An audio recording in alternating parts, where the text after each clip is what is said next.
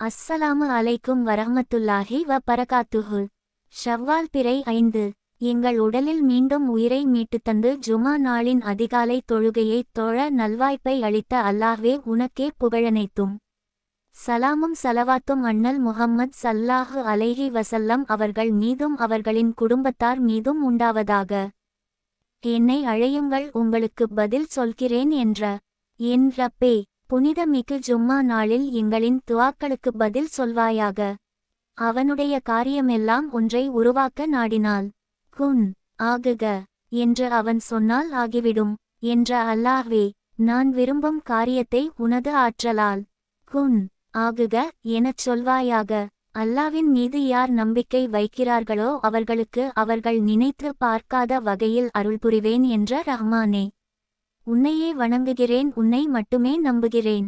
என்னுடைய இம்மை மறுமைக்கான அனைத்து